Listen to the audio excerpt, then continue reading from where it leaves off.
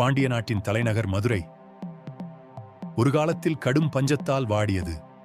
மழை இல்லை, பயிர்கள் இல்லை, மக்கள் பட்டினியால் தவித்தனர், குழந்தைகள் அழுதனர், மக்கள் உணவு இல்லாமல் தவித்தனர்.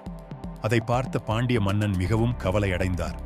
அவர் மதுரை சுந்தரேசுவரரை வேண்டினார். என் மக்களை காப்பாற்ற வேண்டும் என்று பிரார்த்தித்தார். மக்களின் துன்பத்தை கண்ட சிவபெருமான் ஒரு திருவிளையாடல் செய்ய நினைத்தார். ஒரு நாள் மதுரை நகரம் மீது கருமேகங்கள் சூழ்ந்தன. மழை வரும் என்று மக்கள் மகிழ்ந்தனர். ஆனால் மழை பெய்யவில்லை. அதற்கு பதிலாக வானிலிருந்து ஆயிரக்கணக்கான மீன்கள் விழத் தொடங்கின. மக்கள் அதிர்ச்சியில் உறைந்தனர். வீதிகள் முழுவதும் மீன்கள், வீடுகள் முழுவதும் மீன்கள்.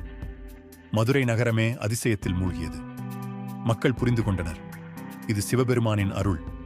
பசி தீர்க்க அவர் அருள் செய்தார்.